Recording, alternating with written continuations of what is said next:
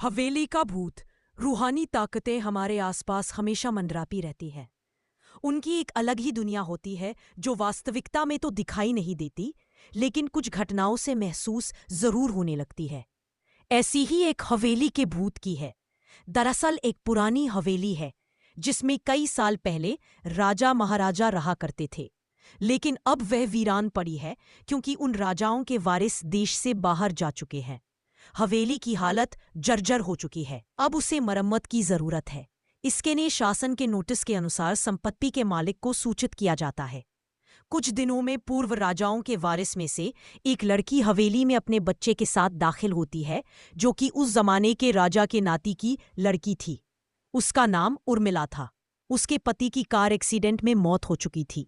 अब वह विधवा हो चुकी है, लेकिन उसके पास उसका एक बेटा है जो 8 वर्ष का है और वह भी अपनी माँ के साथ हवेली आया है। हवेली बहुत विशाल थी, इसलिए उसकी साफ सफाई के लिए कई मजदूर बुलाया गए, जिन्हें चप्पे चप्पे की सफाई करने का ठेका दिया गया। किसी को नहीं पता कि हवेली के कोने कोने में कितने खूनी रहस्य छुपे हुए हैं। उर्मिला के आने के बाद हवेली की हवा रूहानी होने लगती है। ऐसा लग रहा था मानो कोई वर्षों से इंतजार कर रहा था। एक रात उर्मिला अपने कमरे में अपने बच्चे के साथ सो रही होती है। अचानक उसके खिड़की से एक पक्षी टकराकर मर जाता है। यह घटना अपने आप में असामान्य थी। पक्षी टकराते ही उर्मिला की नींद खुल जाती है और जब वह लाइट जलाकर देखती है तो डर से चीखने लगती है, क्योंकि उस कमरे की खिड़की से एक पक्षी फंसा हुआ था और उसके शरीर से खून की बूंदें फर्श पर गिर रही थी। नजारा इतना भयावह था कि वह अपने बच्चे को उठाना नहीं चाहती थी, लेकिन उर्मिला हिम्मत करके उस पक्षी को खिड़की से बाहर फेंक देती है। लेकिन इसके बाद उसे रात भर नींद नहीं आती और वह सुबह तक जागती रहती है। दरअसल वह जानना चाहती है कि यह किसी की शरारत तो नहीं। सुबह होते ही वह अपने यहाँ काम कर रहे मजदूरों से जाकर कहती है कि रात को मेरे कमरे की खिड़की पर कोई पक्षी आकर टकराया था और तुरंत मर गया। क्या तुम लोगों में से किसी ने यह हरकत की है? क्योंकि पक्षी खुद बखुद तो खिड़की से नहीं टकरा सकता। मजदूर कहते हैं, नहीं, हमने तो खिड़की से नीचे किसी पक्षी को मरा हुआ नहीं देखा। हम तो अभी वहां से चले आ रहे हैं। और जब सभी जाकर देखते हैं तो वहां वह पक्षी नहीं होता। उर्मिला घबराने लगती है कि ये क्या, यहां तो पक्षी होना चाहिए या कम से कम खून की कुछ बूंदें दिखनी चाहिए, लेकिन यहां पर पक्षी का एक पंख तक नहीं पड़ा हुआ। उर्मिला सभी मजदूरों को कहती है कि हवेली में बहुत सी कीमती चीजें और मूर्तियां हैं, संभाल के साफ सफाई करना। मजदूर अपने अपने काम में लग जाते हैं। उर्मिला अपने बच्चे के साथ कमरे में टीवी देख रही होती है कि अचानक हवेली की छत से एक मजदूर नीचे गिरता है। उर्मिला को अचानक लोगों की आवाज सुनाई देती है। वह भागकर खिड़की से नीचे देखती है तो एक मजदूर की लाश पड़ी होती है। उर्मिला कमरे से नीचे आती है और इसके गिरने का कारण पूछती है। लोगों के जवाब अलग अलग होते हैं। कोई कह रहा होता है कि इसने खुद आत्महत्या की है और कोई कह रहा था कि ये गलती से गिर गया है। सभी के दावे अलग थे, लेकिन उर्मिला को कुछ अनकही बातें सुनाई दे रही थी। उर्मिला के कान में अचानक एक आहट के साथ आवाज आती है, अपने बच्चे को बचा सकती है तो बचा ले। उर्मिला यह वाक्य सुनते ही अपने कमरे की तरफ भागने लगती है, क्योंकि कमरे में उसका बच्चा अकेला टीवी देख रहा होता है। उर्मिला कमरे में पहुंचती है तो उसका बेटा खिड़की से कूदने वाला ही होता है कि उर्मिला उसका पैर पकड़ लेती है और वह खिड़की से लटक जाता है। उर्मिला पूरी ताकत से उसे ऊपर खींचती है, लेकिन बच्चा फिर भी कूदने की जिद कर रहा होता है। उर्मिला किसी कदर अपने बच्चे को काबू में करती है और कमरे के बाहर आ जाती है और वह मजदूरों से पूछती है, बताओ क्या है इस हवेली में, क्योंकि ये बच्चा तो ऐसा नहीं कर सकता और अभी यह सब जो हो रहा है कुछ अलग ही चल रहा है। तभी एक बूढ़ा मजदूर उर्मिला से कहता है, बेटी, ज्यादा जानना हो तो अपने पूर्वजों की कहानी पढ़ो, तभी तुम्हें इस हवेली का इतिहास पता चलेगा। इस हवेली की कहानी की किताब इसी गांव के सरपंच के घर में रखी होती है, जो कि बहुत साल पहले मर चुके थे, लेकिन अभी उनके बेटों के पास वह किताब मौजूद थी। उर्मिला सरपंच के घर पहुंचती है और किताब ले लेती है।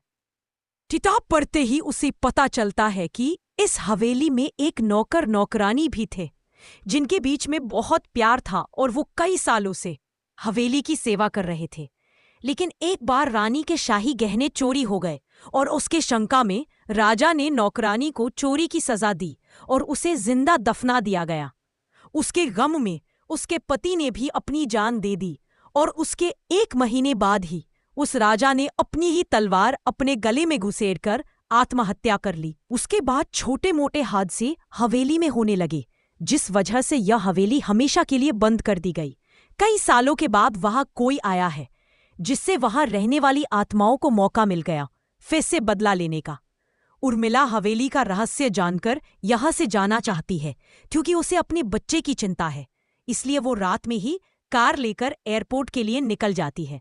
अचानक रास्ते में उसकी कार का एक्सीडेंट हो जाता है और कार पलटकर उल्टा हो जाती है, लेकिन दोनों को कोई नुकसान नहीं होता।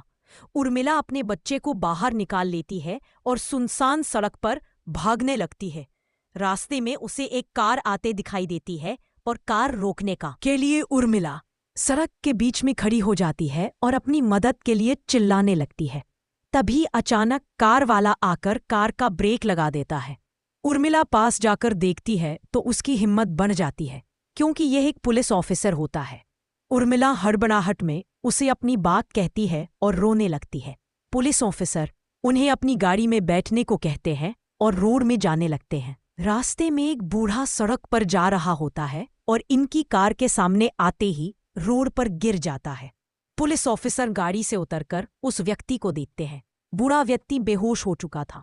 पुलिस ऑफिसर उसे गोद में उठाकर अपनी गाड़ी में पीछे बैठा देता है और अस्पताल के लिए चलने लगते हैं। अचानक उस बूढ़े व्यक्ति का हाथ पीछे से पुलिस ऑफिसर की गर्दन तक पहुंच जाता है। पुलिस ऑफिसर छटपटाने लगते हैं और अचानक गाड़ी का ब्रेक लगा देते हैं। गाड़ी की स्पीड कम होने की वजह से कार वहीं खड़ी हो जाती है और ऑफिसर अपनी गन निकालकर बूढ़े की तरफ निशाना लगाकर गोली चला देता है।